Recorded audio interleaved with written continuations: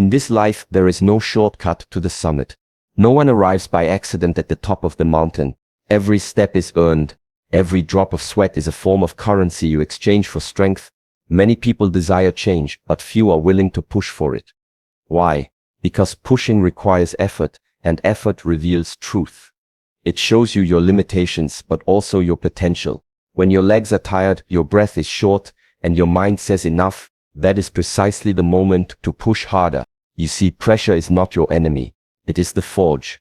The place where form is given to the formless. Where discipline replaces doubt. Where the seed of potential becomes the flower of mastery. So do not wait for the perfect time. The time is now. Do not wait for motivation. Create momentum. And do not merely wish for success. Train for it. The body must follow where the mind leads. The mind must be led by discipline, not emotion. Discipline is remembering what you want when your feelings want to quit. Push harder. Even if it's inch by inch, push harder. Not to impress others, but to respect yourself. Push harder and make it happen. Not by chance. Not by luck. But by will. Your will. In the modern world, there is an overwhelming desire to feel good. Comfort is mistaken for happiness, and ease is mistaken for success. People surround themselves with convenience, softening every edge of life in an attempt to avoid struggle. But growth has never lived in comfort. Discomfort is not the enemy. In fact, it is your most honest teacher. It is through discomfort that we come face to face with the parts of ourselves that require transformation.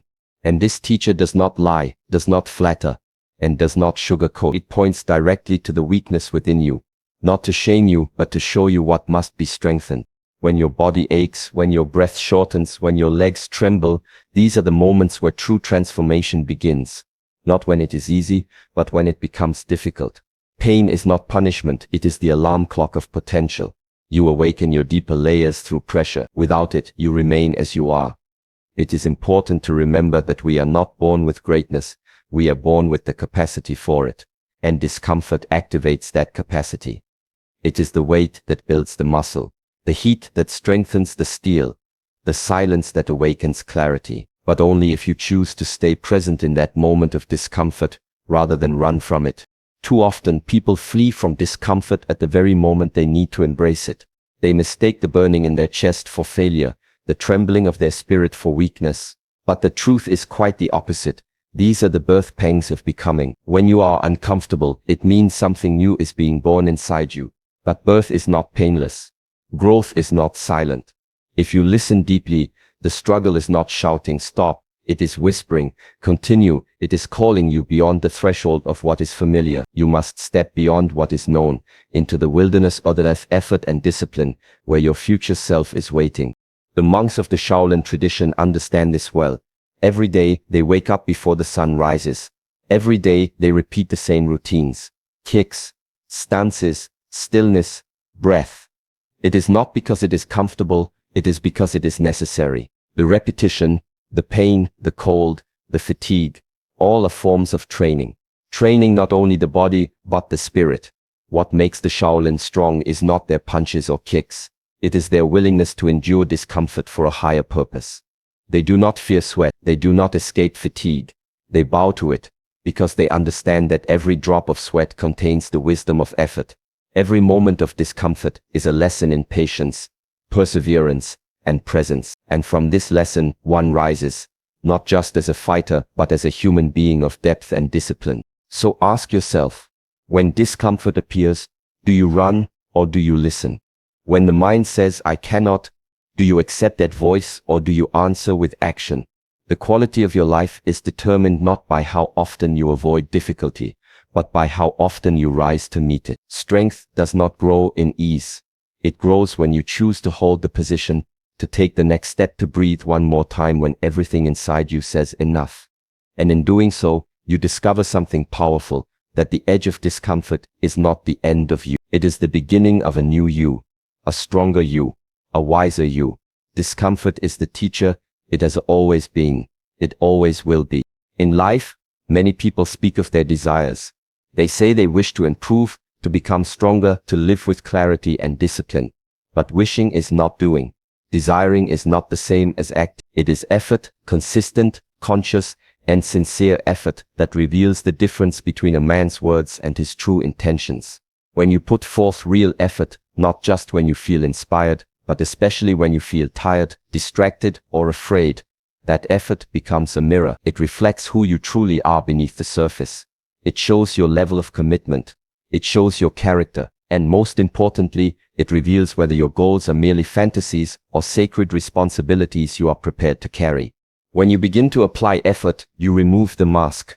There is no hiding behind excuses when your body is sore, your mind is fatigued, and yet you continue forward. The moment of strain is the moment of truth.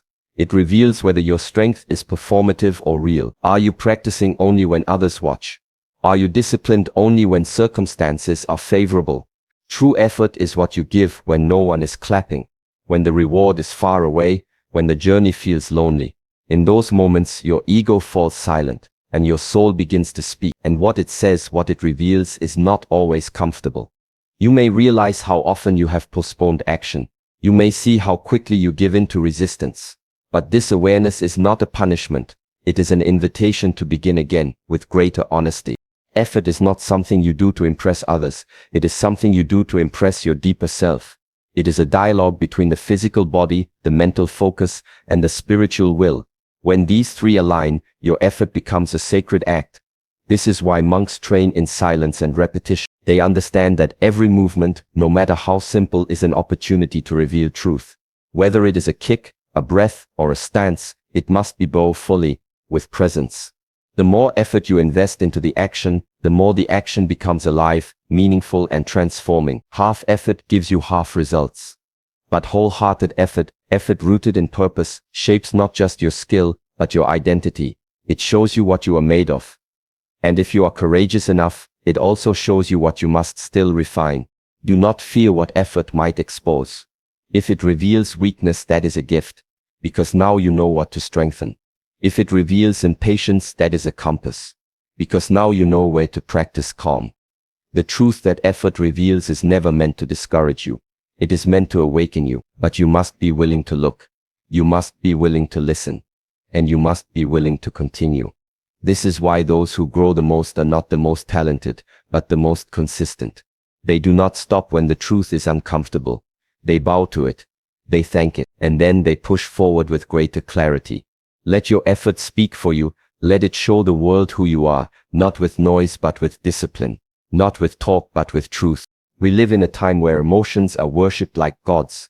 People are taught to follow their feelings, to let their emotions guide their choices.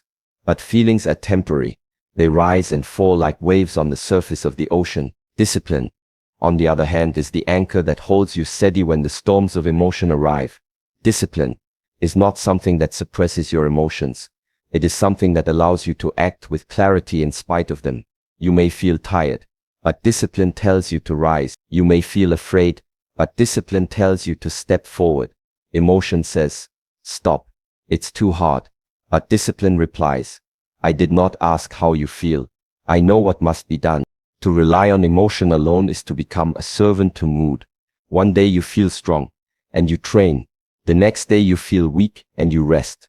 This inconsistency creates confusion within the body and the mind.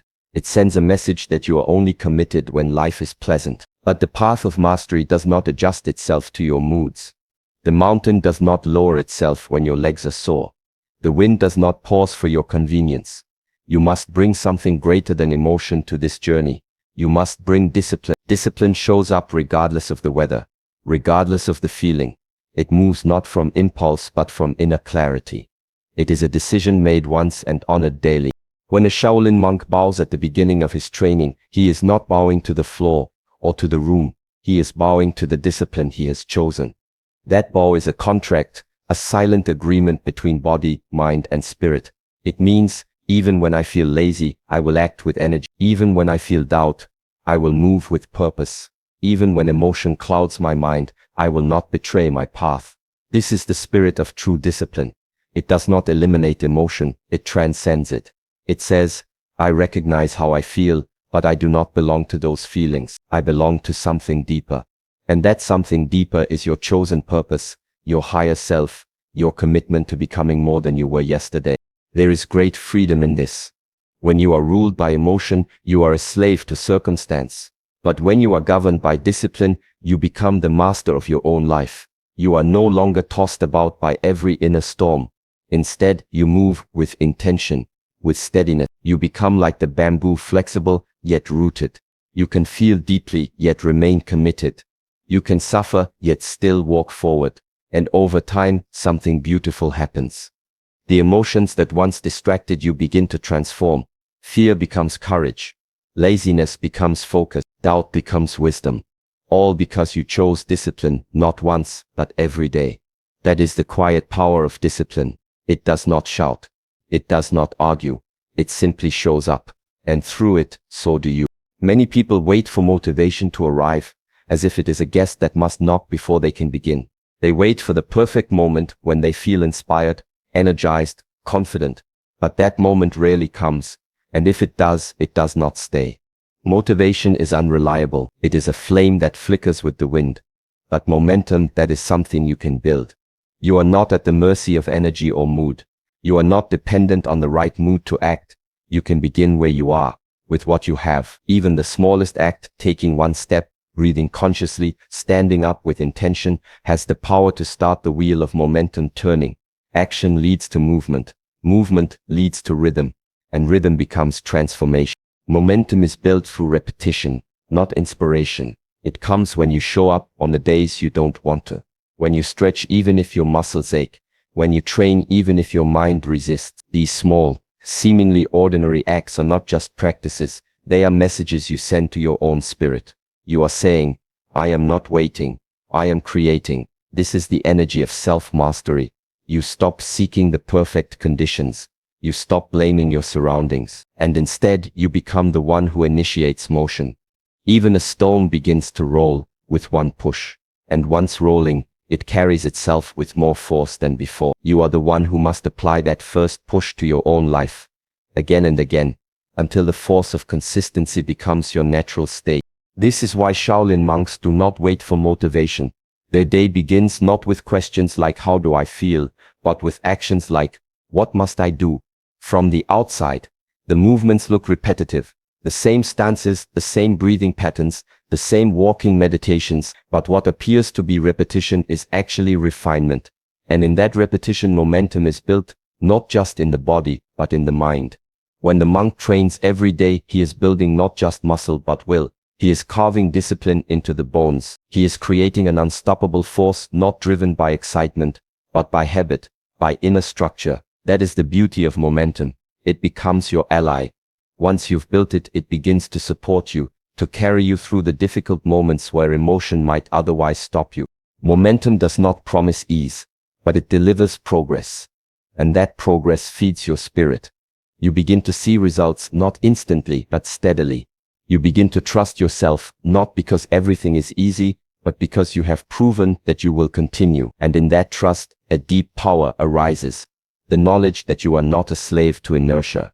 You are not someone who needs to feel ready. You are someone who becomes ready by acting. This is the way forward.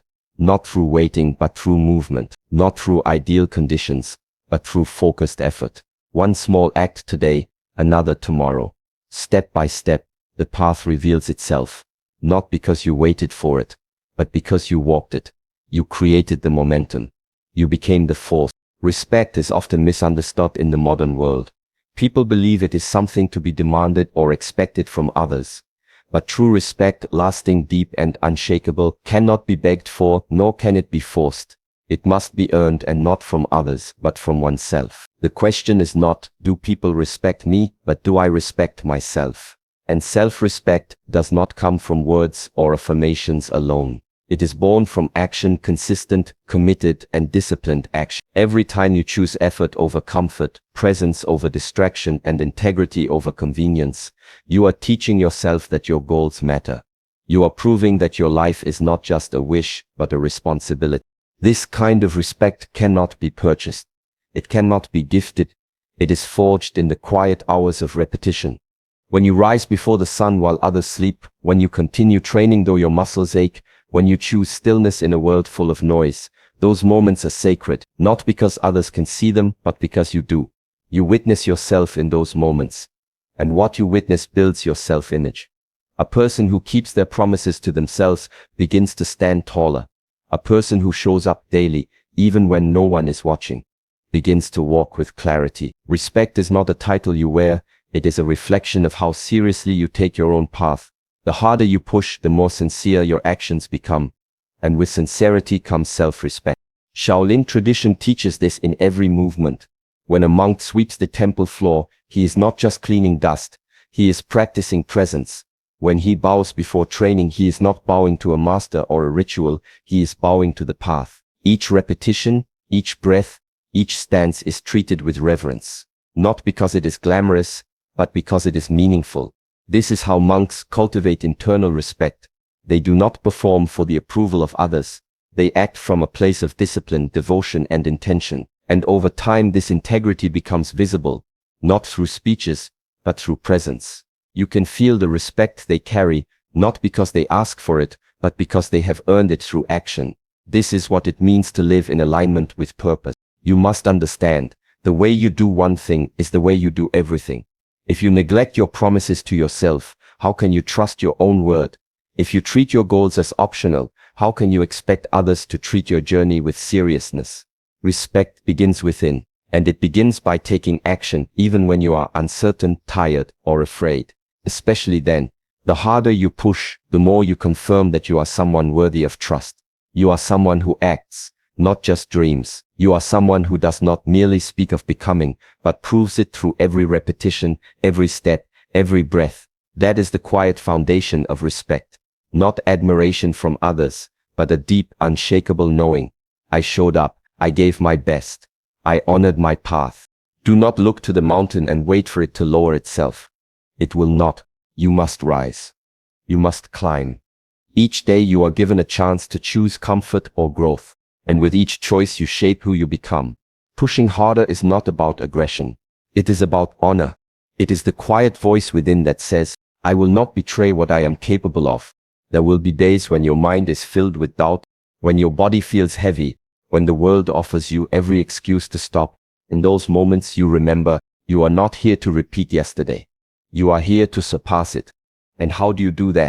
Not by wishing, not by waiting, but by pushing with focus, with discipline, and with presence. So go forward, push harder, not to prove it to the world, but to prove it to yourself. Make it happen.